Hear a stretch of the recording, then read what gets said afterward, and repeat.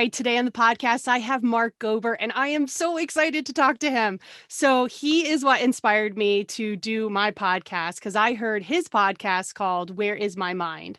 Thank you for having me, Amy. I'm excited to chat. So what did you find out about consciousness? What do you think happens? Like, where is our mind? Like your podcast says. Well, consciousness is difficult to define because it's not something that's physical. Like my laptop, I can define that. It's made of units of matter. We know that from science.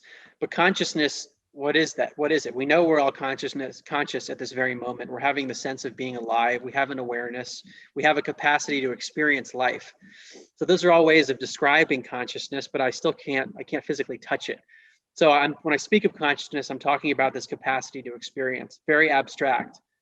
And the question that comes up in science often is, well, how does this abstract thing that we can't touch with our hand, whereas at my table I can touch, how does this abstract thing emerge at all?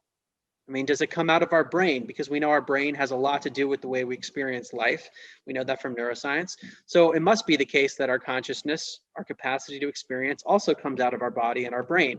And that's one of the big assumptions in science, that the brain is what is producing our conscious experience, but it's also one of the big open questions. And Science Magazine has said it's the number 2 question remaining in all of science. And the way they phrase it is, what is the biological basis of consciousness? In other words, how does our body create consciousness? How does our biology make it? And embedded within that question is an assumption that our body and our brain do create consciousness in the first place. They're saying, how does the brain create consciousness? And that assumes the brain does.